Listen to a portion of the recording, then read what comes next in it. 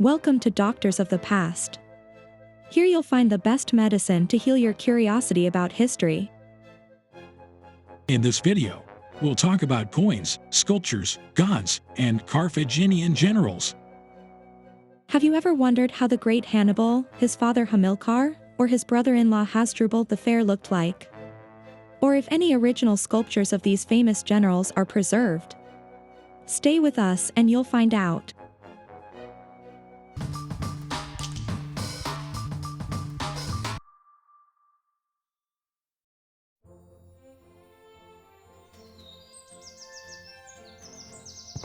An Iberian mercenary leaves the Carthaginian city with a sack full of silver coins. He opens it and starts counting them. He smiles to see that the young general has kept his promise, and the payment is more than generous.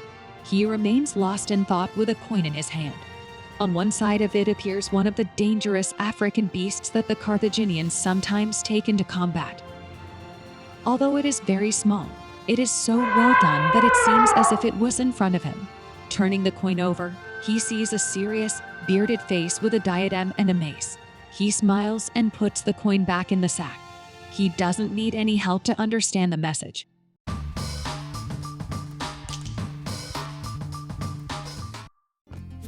Carthage decided to mint several series of coins in Iberia to fulfill the payment of their soldiers, following a usual Carthaginian policy in all places where it had deployed a strong military presence. However, Carthage's coins from North Africa, for many years and with very few exceptions, had been characterized by the representation of their state symbols. On the head of the coin, the obverse, a representation of the goddess Tanit, the main female divinity of the Carthaginian Pantheon, could be found. On the other side, the reverse, you could see a horse and a palm tree, the sign of the tree of life. The coins that were minted in the newly conquered territories of Iberia didn't have much to do with these symbols. Instead of them, you could find a coin with several beautifully crafted male effigies on one side and different military representations on the other one. War elephants with and without riders, prows of warships, and horses. They were so different from the traditional Carthaginian coins that some researchers suggested that the coins were not minted there but came from some Numidian kingdom, especially from the kings Massinissa and Juba. However, the distribution of the coins did not support this hypothesis since most of them were found in the Iberian Peninsula, especially in the areas under Carthaginian rule. Moreover, there were evident differences between these representations and the ones of these kings in the Numidian coins. Even in some of them, you could read their names in Phoenician letters. Thanks to all this, it's possible to establish, without a doubt, the place of coinage in Carthaginian Iberia at the end of the 3rd century BC. The skill of the artisans who made the dies of these coins gave great realism and liveliness to the faces represented on them, pairing their quality with other Hellenistic coins from all over the Mediterranean. But who did these effigies represent, and why they were different from the Carthaginian coins of North Africa?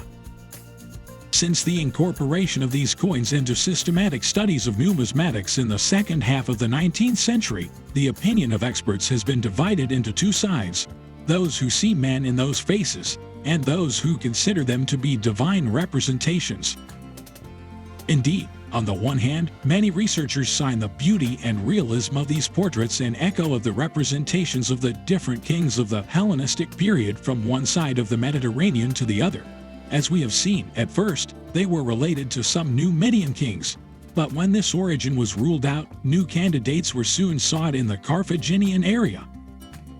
This idea was supported by the similarity of some faces to each other, despite the obvious age difference. Also, some classical authors stated the alleged monarchic aspirations of some of the generals of the Barcid family. Finally, some researchers found a correlation between the military images on the back of the coin and their stages in front of the Iberian administration. All in all, the idea of Barcid portraits was excellently well received among specialists in this subject. However, the agreement of who is who in these coins has been more difficult. It relies a lot on the chronology of the coins and their historical interpretations. Be that it may, the truth is that as of today, it's usually taken for granted that they are representations of Hamilcar Barca, Hasdrubal the Fair, and Hannibal Barca. So much so that there were even scholars who dared to find representations of Hannibal among some anonym ancient statues. Accordingly, a comparative analysis between 7 marble busts and one made of bronze with the coins with the alleged image of Hannibal was carried out. The results offered interesting analogies in some physiognomic aspects such as the shape and the size of the head and even the position and shape of the eyes.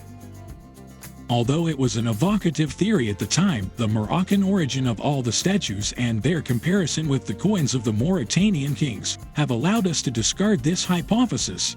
Nowadays, these statues have been safely linked to King Juba II. Unfortunately, it has deprived us, for now, to have any ancient statue representing Hannibal or any other statesman of his family.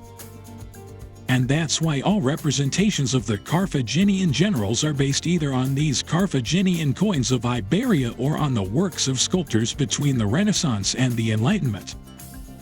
But, as we have already mentioned, not all specialists agree that the representations on these coins belong to historical figures. All of these portraits, despite their undeniable realism and beauty, are paired with divine symbols or attributes, such as the tiara, the club, or the skin of the Numidian lion. All these traits allow for their association with several gods, especially Hercules Melqart, one of the most important divinities of the Iberian Peninsula. Furthermore, unlike the rest of the representations of Hellenistic kings, these coins do not have a legend that allows a direct link between these faces and those generals. Finally, it has been possible to demonstrate a straight connection between the value of the coin itself and how the effigy is represented. Indeed, the coins on which the beardless face appears are of lower weight and therefore value than those with the bearded effigy and the rest of the Herculean attributes. As in the previous theory, this interpretation has been related to some statements from classical authors. By then, the Carthaginian government was a republic, and it is very unlikely that Carthage would have allowed coins to be minted with the faces of its elected generals. Last but not least, the Iberian case is not unique in the Carthaginian world. Each territory in which the North African metropolis recruited troops and fought, Sicily, Sardinia, Italy, has Carthaginian coins with a particular iconography. It seems that they adapted the images of the coins to the intended territory with clear propaganda purposes. In recent years, some researchers have tried to combine both proposals, stating that these coins were representations of gods, but using the image of the Carthaginian statesman. To endorse this hypothesis, they remember that Hannibal had a close relationship with the cult of Hercules Melqart. For instance, before starting the war against Rome, he paid a visit to the Melqart temple in Cadix, one of the oldest on the western side of the Mediterranean. He also acquired a votive offering to Hercules that previously belonged to Alexander the Great. They also believed to be true the already mentioned accusations about the desire to seize power in Carthage from some of the Barcid generals. But currently, since there are no elements with which to compare the effigies on the coins, it's too risky for us to lean towards this hypothesis. How about you? Do you think that the coins are representations of the Barcid generals? Or do you believe it makes more sense that gods are represented in them? Did you know that we don't have any representation of any Carthaginian general in the ancient sculptural repertoire? Whatever the case may be, we want to hear your opinion, and if you found the video interesting, consider subscribing to the channel.